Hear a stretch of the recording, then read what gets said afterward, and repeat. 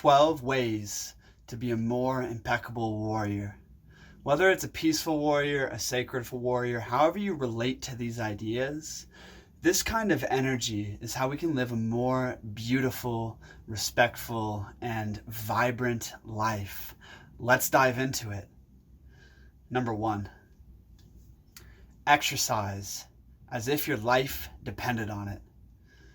When we exercise well, my friends, we build this forward-leaning energy into life. We get off our heels, right? We get our body moving. It increases testosterone. It increases those positive hormones and helps strengthen the mind and the body. This is such an important foundation for warriorship, is learn to be master of your body. Exercise as if your life depended upon it with the warrior spirit. Step 2, number 2, fight, dance, be wild with everything you've got. Multiple times a week, my friends, I either go to kickboxing, or I'll hit the heavy bag, or I'll do sparring with some friends. I'll do some martial arts. And I've found this to be one of the most amazing ways to get fully back in touch with that primitive, primal, wild energy, right? Inside of us, my friends, testosterone has fallen more than 70% in most men. 70%. But when we fight, when we get wild, when we dance, when we let loose with everything we've got, again, we were returning to that primal instinct. This is for women too. Go find a kickboxing, MMA, jiu-jitsu gym, and if you want to wrestle, if you want to do kickboxing, you don't necessarily need to step into the sparring ring yet. But I highly recommend it. I highly recommend it to get really embodied, to get that primal power back, that vigor, that energy. Is like, learn to fight. Learn some kind of self-defense. Learn some kind of sparring, martial art, And if that's not up your alley, learn to dance. Learn to dance beautifully, like with all of you. Ecstatic dance is a great thing for that. The main thing here is just to get wild again and to learn some kind of art form that allows you to truly express yourself in your body. It is so liberating and is in fact a revolution against this very disconnected, sedated world we live in, is to radically and freely express yourself in your body. Number 3, master the rhythms of your body. Waking, eating, and sleeping primarily. We need to get harmony inside the body so we can be a vehicle of will and higher power. And to do that, my friends, we should experiment. We should know ourselves, know what the body likes. How much sleep do you need? When do you like to go to sleep, and when should you wake up feeling your best? When do you eat, right? I did intermittent fasting for a long time. Now I'm eating breakfast again, and I feel a lot more steady and balanced in my energy. And it's just me. Like, your body is so unique. What foods, what time of day best suits your needs to function at your highest capacity, your optimal performance? How much sleep do you need? How much exercise do you need? These are questions you should know about yourself. When do you do your best work? When do you hit your deepest flow state? Really experiment with yourself and see how to run at optimal performance. Number 4. This is where we're getting into the more psychological and important ideas for the warrior in my book. And number 4 is contemplating death every day, dying every day. The ancient samurai warrior would sit under that tree, and contemplate that he may not see the sunset that evening. And in doing so, he would be impelled to live fully, to live vibrantly, to live all in and cherish all life around him, because he recognizes the transience of it all. One of the most important attributes and qualities of the warrior is his mindfulness of death, his awareness of the transience of all things, because he lives so close to it. The ancient warrior would have comrades die, the more the shamanic warrior would live really close to mortality, because he's almost literally in between the worlds, right? And all things are a mortal danger to the shaman, to the peaceful warrior, to the ancient warrior. When we can contemplate death, my friends, and become acquainted with it, it opens our eyes. We stop taking everything for granted, right? When we really realize, like, wow, life is absurd. Like, we're all going to age and die at some point here. And yeah, that's sad, but we don't necessarily need to contemplate it in a morbid way. More so with a calm understanding that time erases all. And with that understanding, maybe we should live a little bit less timidly. Live a little more boldly, because who cares in the end? Let's live our life all in. Who knows? Like, no power on earth can guarantee you even one more minute, even one more hour, one more day, one more year, right? Who knows how much time you have? So with it, make the most of what you got. And this awareness of death, it opens our eyes. We start cherishing life, and we're impelled to live all in. Not be held down by our fears and our insecurities, to no longer be timid, but move with spontaneous power. And this starts to give birth to the warrior spirit, okay? The warrior spirit lives all in. He's totally engaged with whatever undertaking, whatever activity is before him. And this is number 5, my friends. Number 5, to be a more impeccable warrior is to be impeccable now. Impeccability, to the ancient Greeks, who would have been arete, excellence, right? Impeccability to me is actually what distinguishes a warrior. You know a warrior by how he acts. You see him act and you know him by his excellence. And impeccability to me is all about how you are. The warrior is not concerned with who he is, why he is, where, when. He is concerned with how he is in this undertaking, in this action, in this moment. This can apply to your spiritual practice, your personal life, your relationships, how you are. It extends to all domains of life, and that's why it's so critical for the warrior.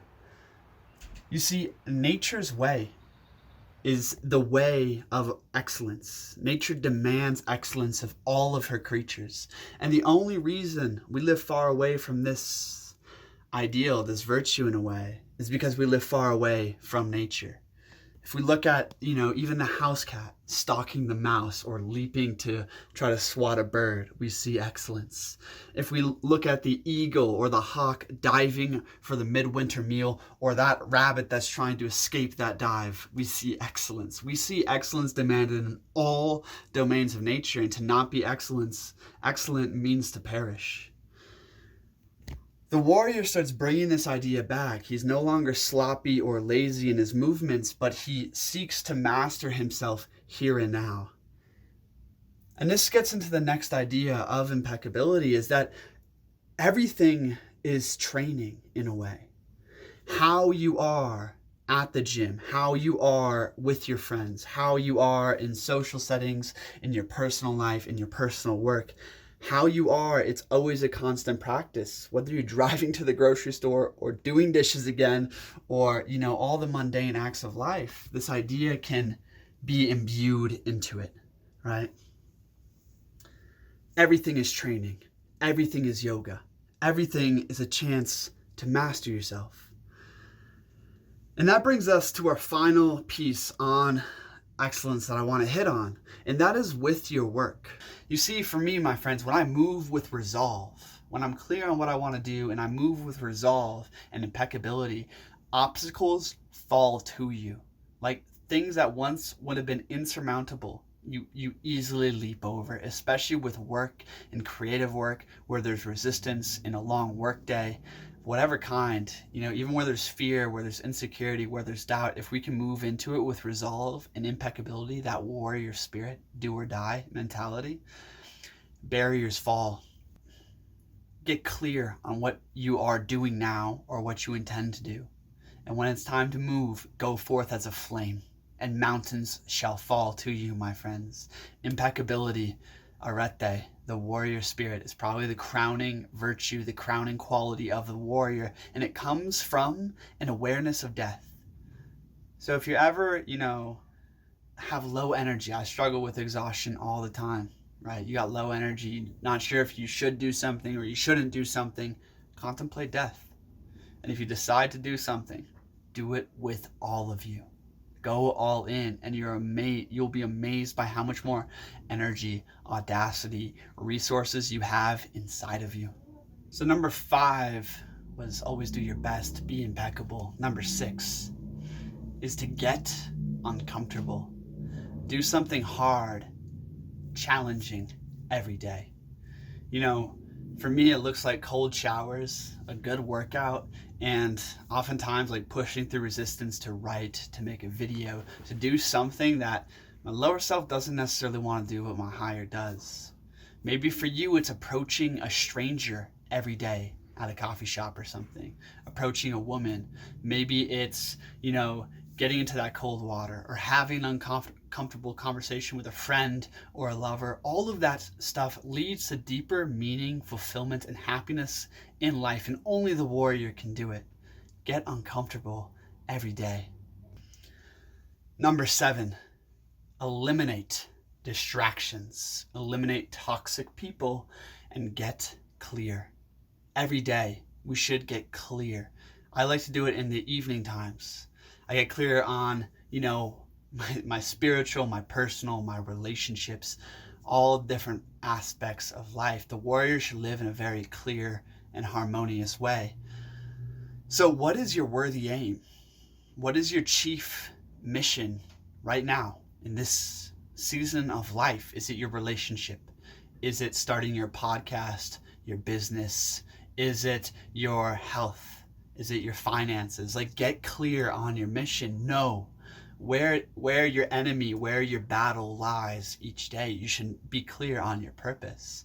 And furthermore, just clarity in general in life. You have a lot of distractions, toxic people, too many obligations. Are you overextended? The warrior lives in a very clear and simple way. How can you simplify today? How can you get more clear on how you're going to live tomorrow, how you're going to live this day even? That clarity is so remarkably powerful, because when we can be clear and determined, man, this is like the power of life right there. When we can be clear and determined, all obstacles fall to you. So get clear, my friend. Number 8, this goes right along with clarity, and that is get disciplined. Marcus Aurelius once said something like, I wake up and sometimes I struggle to get out of the sheets in the morning, and I'm cold, and I ask myself, is this what you were made for? Is this what you were born to do? To huddle under the sheets and refuse to do your work? When the ants, the bees, all the creatures of earth wake up and get busy with living, get busy with what they're meant and are born to do. My friends, being disciplined is very simple. It simply looks like what's important to you, what's your chief priority, and making habits about that every day. Being disciplined, being self-disciplined is about willpower and values. Do you value a healthy body, a sound mind? Well, work out and do some form of meditation, Do you value creative work and giving your gifts to this world, being of service to others? Well, there should be time for, your creative projects or your endeavors into humanity of some kind, right? Like, get disciplined around what you are here to do, because, my friends, we get inspired some nights. We get inspiration and epiphanies. We see this vision on a far off horizon. We have a worthy aim even. We have a dream. But unless we get busy in our day-to-day lives and our habits, our dreams will be the sacrifice. Unless we make the sacrifices today to be disciplined, to live that warrior's way. There's 3 aspects of discipline I want to quickly hit on. Number 1, train like a badass. Just train like a badass in some way, shape, or form.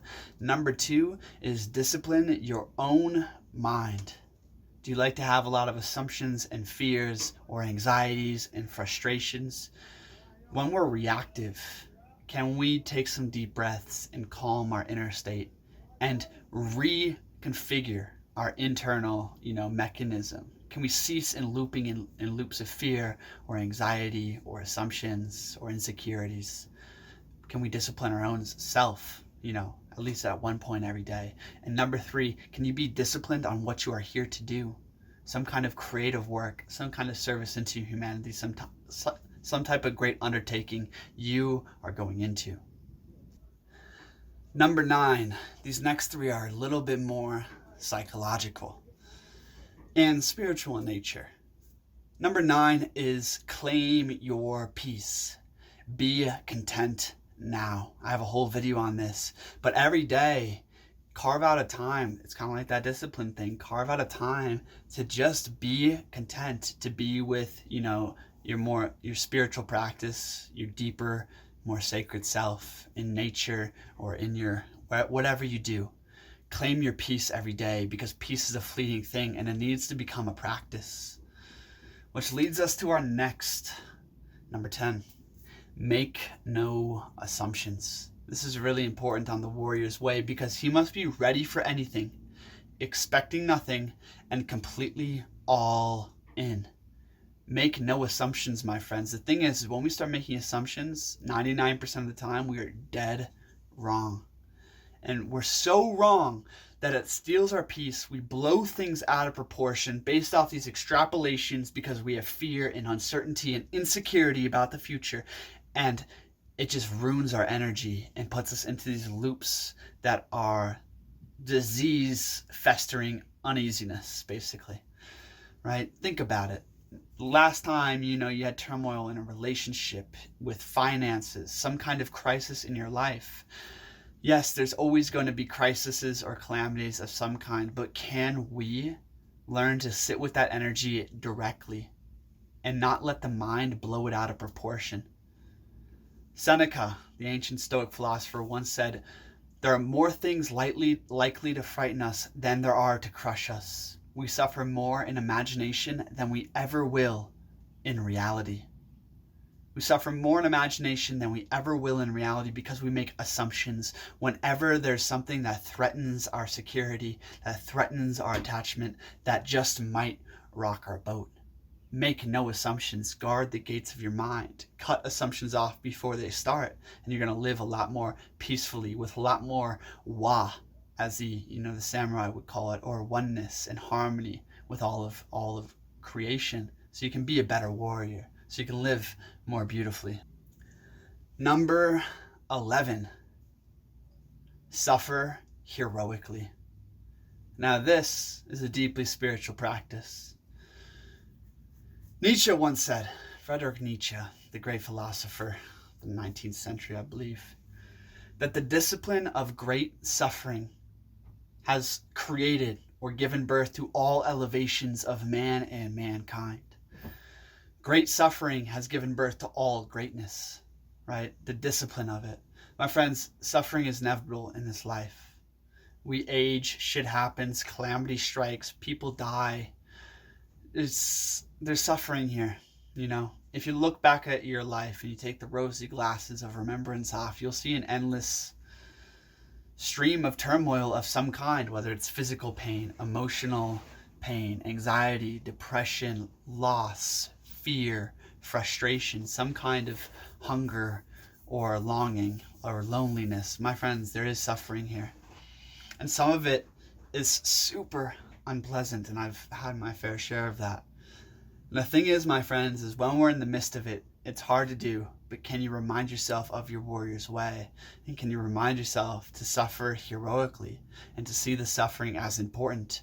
Because the same pain cripples one man and leads another to the stars. The same pain cripples one man and leads another to the stars. The discipline of great suffering has produced all elevations in mankind, and the warrior knows this. The warrior knows how to be miserable and knows how to be miserable well. And if we can change our relationship to pain, to discomfort, to misery, right? We'll have a lot more success in life in general, because we will do what's hard and what's in our best interest in the long run. And when shit goes wrong, when calamity strikes, our knees aren't going to be quaking. We're not going to be running away, resisting what is, but the warrior will face it head on. So suffer heroically. And that brings us to number 12. This is kind of the capstone, the final bit. Number 12 is to be radically you. Now, a lot easier said than done.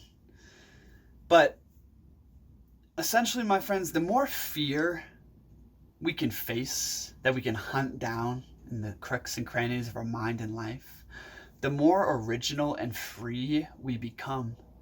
You see, fear is what keeps us in the small box of life, in our small box of, this is how I can express myself, this is how I can live, this is how I can be me.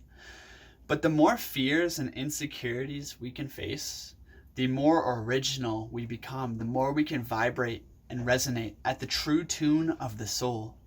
This is harmony, my friends. To be radically ourselves, to face fears and find harmony, which is almost the highest, expression of the warrior, is to live a truly harmonious life.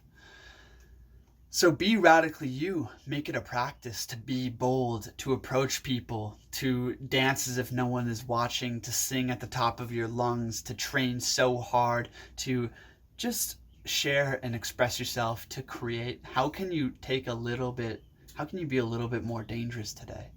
A little bit more radically you. Because in the end, through all that anxiety, through that insecurity, you become what you're truly meant to be.